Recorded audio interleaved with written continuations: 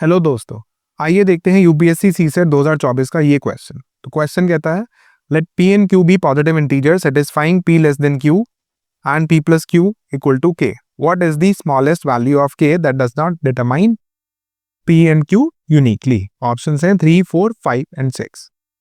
देखिए सिंपल सा क्वेश्चन है, पी क्यू से कम है, ठीक है। तो जब भी मेरे को ऐसे कुछ कंडीशन दिखती है तो मैं पी थोड़ा नीचे लिख लेता हूँ, क्यू थोड़ा ऊपर लिख लेता हूँ। इससे पता चल जाता है कि क्यू बड़ा है, पी छोटा है ना।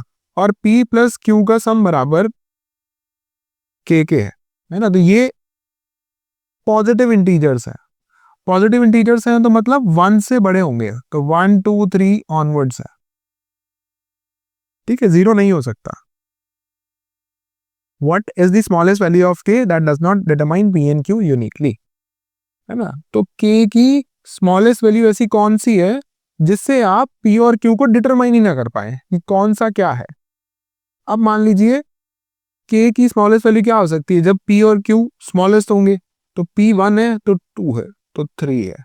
अब ये बोल रहा है कि 3 से, अब आपको ये दोनों गिवन नहीं है, आपको k की वैल्यू गिवन है, तो 3 से आप डिटरमाइन कर सकते हैं p क्या होगा और q क्या होगा।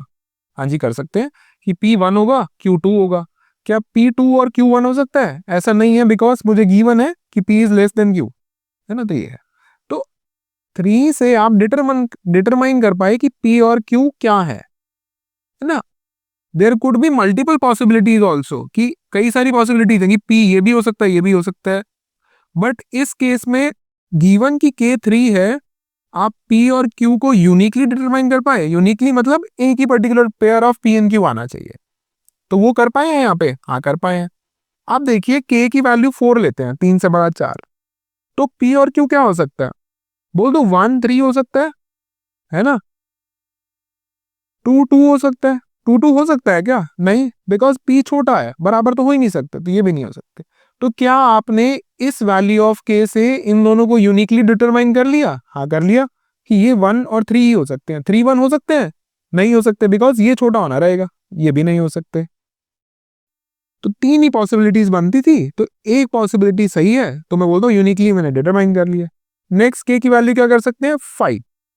अब देखिए 5 में क्या पॉसिबिलिटीज है, 1, 4 हो सकता है, हो सकता है। 2, 3 हो सकता है, हो सकता है। तो k की ये सबसे छोटी वैल्यू है जिस पे मैं इन दोनों को यूनिकली डिटरमाइन नहीं कर पा रहा, बिकॉज ये भी पॉसिबिलिटी है, ये भी पॉसिबिलिटी है। तो ये पूछना चाह रहा था कि k की कौन सी सबसे छोटी ऐसी वैल्यू है जिससे मैं p और q को यूनिकली आइडेंटिफाई नहीं कर पाऊंगा। तो option C 5 would be the right answer here. I hope ये सभी को समझ में आ गया। In case of any doubt, feel free to comment in the comment section. Thank you so much.